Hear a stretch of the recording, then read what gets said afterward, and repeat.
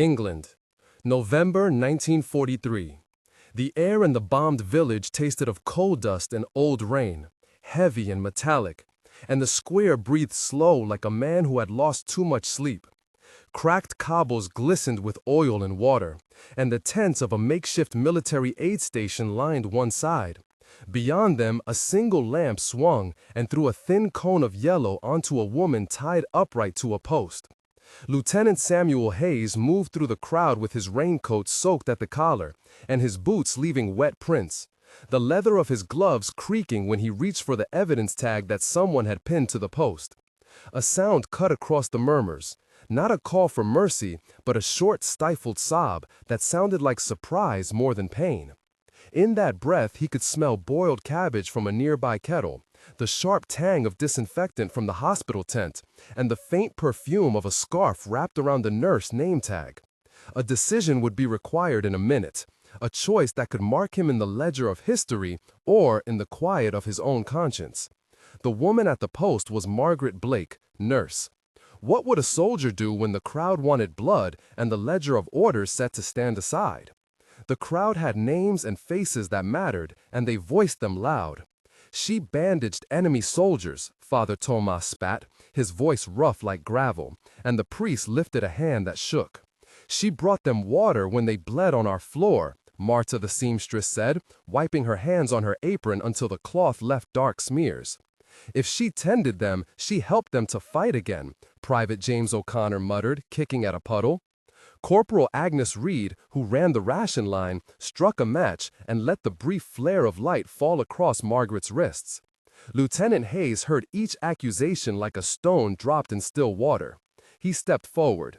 "She is under our protection while we decide," he said. "By my command, no one moves closer." A young boy called Eli hurled a rock that struck the wooden post and left a splintered scar. Old Mr. Finch cursed and spat on the ground. Sergeant Cole pushed through the throng to stand beside Hayes and whispered, "We have orders to respect local justice." Hayes answered, "Local justice is not lynch law." "You will not court-martial me for this," Cole said. "I will not be the one who starts a riot." "Neither will I," Hayes replied. "Then what will you do?" Marta asked, voice small. "I will take her to the tent and the attending doctor will examine her," Hayes said, and the crowd hissed like wind through barbed wire. The exchange lengthened into a string of short sentences and quick breaths, 8 voices at least, each naming fear or duty or memory. When Hayes reached for the knots binding Margaret, his fingers felt the rough rope and the faint smell of blood on the twine. First moment of tension. The square fell into a hush as Hayes approached. For a full minute, his hands worked on the ropes and his jaws set, while the crowd clenched and relaxed like fists. Someone cried out that he had no right to interfere, and he replied that right or not, he had a responsibility. Margaret leaned forward, head bowed, and a child handed her a crust of stale bread. The scene was a thin line between rescue and revolt, where one wrong word could decide whether wood met skin or word met silence. The lieutenant heard echoes of his own training, officers' voices ordering restraint, and this tangled with the raw human sound of a woman sobbing because her hands ached from bandaging too many limbs. He cut the final knot. The cord slipped free. Her shoulders sagged, and she did not fall. She looked at him with an exhaustion that was not humiliation, but a bone-deep civility, and whispered, "Thank you."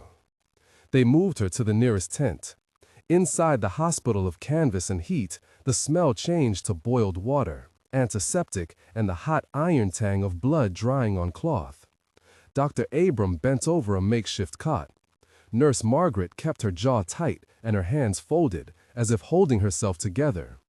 Dialogue filled the space with close exchanges that revealed more than accusation. "How long have you been here?" Hayes asked. "Since the bombing," she answered.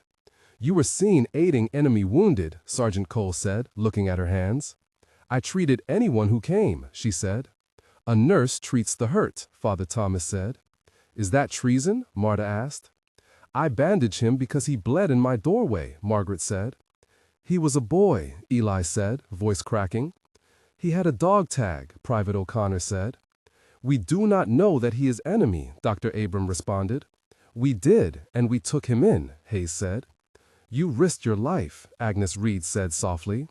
"I risked nothing more than any of you," Margaret replied. "You made choices," Hayes said. "So have we," she answered. The conversation continued with short sentences and pauses, 10 exchanges at least, each one a small test of patience and intent. At one point, Hayes asked, "Why did you help?" And she looked at him and said, "Because the man who dies is the same whether he wears our color or theirs."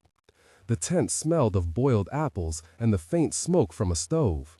Outside, someone hammered a nail into wood to reinforce a stretcher. Second moment of tension. The soldiers argued orders by lamplight. Colonel Harris arrived and crossed his arms. "You acted without permission," he told Hayes. "I acted to stop a mob from becoming a murderer," Hayes said. "You put your men at risk," the colonel said. "They were already at risk," Hayes replied.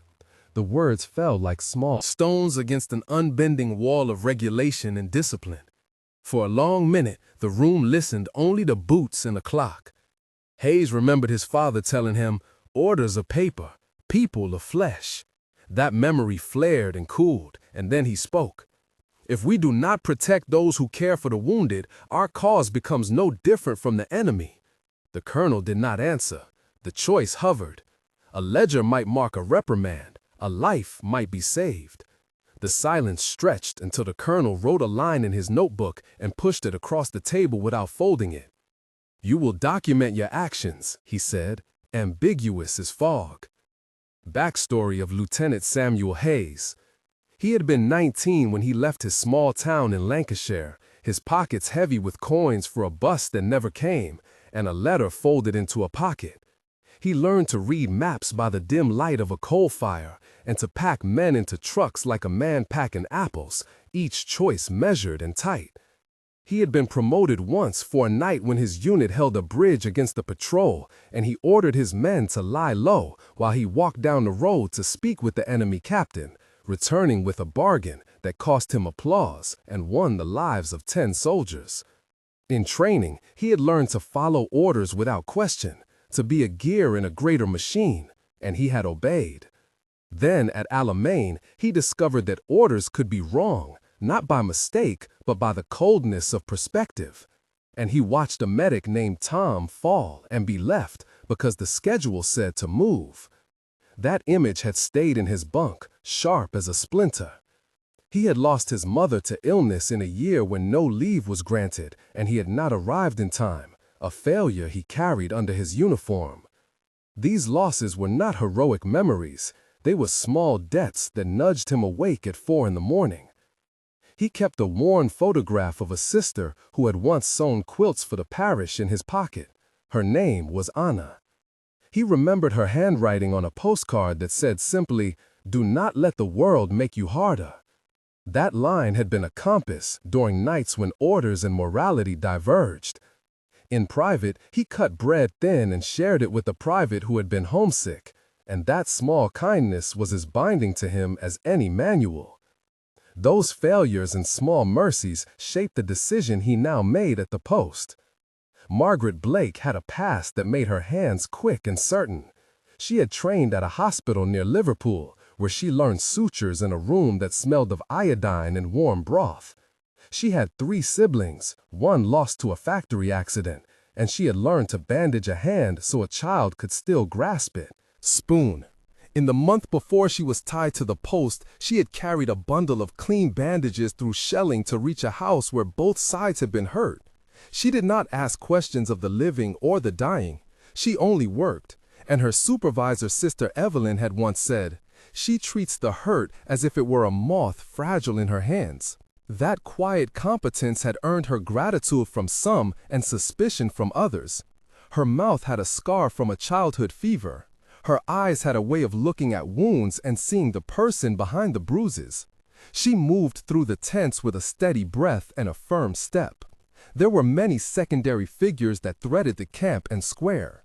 Colonel Harris wrote lines in his notebook and lit a cigarette that smelled of tobacco and paper. Sergeant Cole rubbed the back of his neck and argued with a clerk named Henry who tried to keep records accurate while the storm of accusation blew past. Father Tomas offered a blessing and then an awkward silence, his rosary beads moving like slow rain through his fingers. Dr. Abram, with his spectacles perpetually slipping, arranged bandages and added names to a list.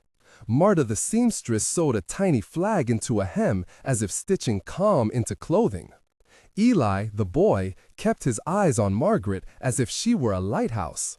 Agnes Reed stood by the ration line with a ledger of names that she read aloud when asked. Each of these people did something concrete in the unfolding of the day, small actions that moved the moral argument along. Third moment of tension. The command meeting felt like a trial without judges. The colonel tapped his pen and read regulations aloud. Hayes looked at each face, saw the way Father Tomas clenched his jaw, how Dr. Abram frowned as if charts could not capture the moral cost. Margaret sat quiet, her hands on her knees, and when she spoke, her voice was thin but steady. "I did not betray my people," she said. "I kept to the oath of my profession." The colonel considered punishment and precedent and what would look clean on an official report. Hayes thought of Tom from Alamein and of a photograph of his sister smiling at a table. He remembered a child who had been fed in the doorway. The room held its breath. Finally, the colonel closed his notebook and said, "File a report. Note the circumstances. No public statement beyond that." It was neither exoneration nor condemnation. It was a bureaucratic seal placed on an open wound. That night, Hayes sat with a small notebook on his bunk and wrote because he had learned that writing was a way to answer questions that paperwork did not pose. He wrote a letter he did not intend to send, and he wrote a list of things that mattered more than orders. He wrote that he had seen Margaret's hands steadier than most, and that when a man bled, he was only a man. He wrote about the decision at the post and how his fingers had smelled of rope and tea. He confessed that he feared the reprimand, but feared cowardice more. He remembered his father saying, "It is easier to follow the loudest voice than the one that whispers what is right." At 3 in the morning, he made an entry that read, "I will not forget the shape of the rope around her wrist." His doubt stayed with him like a cold that would not leave. He promised himself that if he had to stand alone, he would, and he promised that he would not let the memory of that night harden him into someone who could stand by while others were crushed. The next morning, a paper salvo-conducto was prepared under unusual headings. It allowed Margaret to travel to a larger field hospital for treatment and for documentation that would prevent immediate arrest. Hayes watched as a clerk named Henry wrote the name in precise letters, and as Agnes Reed folded the paper and placed it in Margaret's hand. "You should leave before noon," the clerk said. "Thank you," she replied, and the tone held more than words. Private O'Connor helped her into a faded coat. Eli brought a small bundle of bread. Father Tomas made a quick sign and a prayer. Dr. Abram adjusted a strap on her shoe. The crowd outside watched without cheer, some nodding, some looking away. When she walked past the edge of the tent, Hayes felt the world rearranged by a tiny degree. He did not speak. He watched the curl of smoke from a nearby stove and the way dawn bends over the ruined roofs. The train would take her to a place where no one in the square would see her face again for a long time. The salvo-conducto bore the colonel's ambiguous notation. It was official in form and fragile in moral weight. Margaret paused and looked back once, and in that glance there was thanks and an apology tangled together. 1 month later, Margaret had reached the field hospital, and the record of her treatments existed in a ledger that smelled of hospital starch and sunlight through high windows. She wrote a short note to the clerk Henry, who kept it folded in his shirt pocket, thanking the men who had not let the crowd become a verdict. Father Tomas visited the local chapel and said a private mass for someone he would not name in public.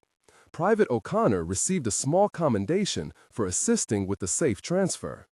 Hayes received a memorandum from headquarters that read exactly 3 sentences and left the rest unsaid. The villagers moved on to work and to the next rumor. In the quiet of barracks, Hayes found that people began to nod at him differently, some with respect, some with suspicion. He kept writing. Anna, his sister, sent a postcard with a pressed leaf that he kept between pages of his notebook. He wrote a sentence in his private ledger: "We saved one person from an unrecorded death." That small fact comforted him. 3 months later, Margaret was well enough to travel again. She worked at a larger hospital under Sister Evelyn, and the boy she had once tended sent a crude drawing as thanks that hung on a notice board. Colonel Harris had recorded the incident in a sealed file and had sent a terse note to higher command, recommending caution when dealing with local tribunals. Father Tomas had written a short reflection on mercy that he read in the village and which caused more argument than prayer. Sergeant Cole had transferred to a different unit, claiming a need to be closer to the front, but every so often he would write an efficient note asking after the nurse he had argued about. The salvo conducto had done his job. Hayes received a letter from Dr. Abram, short and professional, that read, "You acted as a man who puts life before form." That sentence landed in Hayes like a small, unexpected medal. 6 months after the square, the war had altered the lines on a map, but not entirely the moral choices men had to make. Margaret returned once more, briefly, to the village on a pass to deliver supplies, and when she stepped off a cart, a small crowd gathered. Some avoided her eyes, others offered quick thanks. Hayes met her near the post where ropes had once bound her, now an empty post with nails rusted and paint flaking. They stood without words for a long time. "You saved me," she said. "You saved the practice," he said back. They laughed once, a small brittle sound, and then, quietly, as if closing a book. The soldier who had disobeyed the easiest course, and the nurse who had done what she was trained to do, exchanged names and an awkward handshake that was also a pact. Years later, both would recall the weight of that minute differently, but each would store a fragment of the other as proof that someone had chosen to see a person instead of a label. In the years that followed, the salvo conducto was framed in a field hospital by Margaret, and a small note placed beside it that read, "For those who choose to keep tending." Hayes stayed in the service until demobilization and then returned to Lancashire, his habits of attention to detail becoming careful civic work. He never rose to high rank, but he saved his notebook and the photograph of his sister. Father Tomas moved to a different parish, and Marta opened a small tailoring shop that mended uniforms and hearts. Dr. Abram published a short article on emergency care that mentioned no names, but that credited unofficial acts of courage. Sergeant Cole, in a letter years later, wrote, "We were measured by regulations and by the better measures between us." The village remembered the event in different ways. Some called it a scandal that had passed. Others spoke of it as a lesson in quiet courage. To many, it was only an odd footnote, until someone else in a different square had to choose whether to look away. What remains clear is not a tidy verdict. It is that in a ruined square on a rain-slick morning, a soldier chose to stand between a woman and a crowd, and a nurse kept tending to the hurt without asking the color of their uniforms. If there is a lesson, it is not an easy one to preach.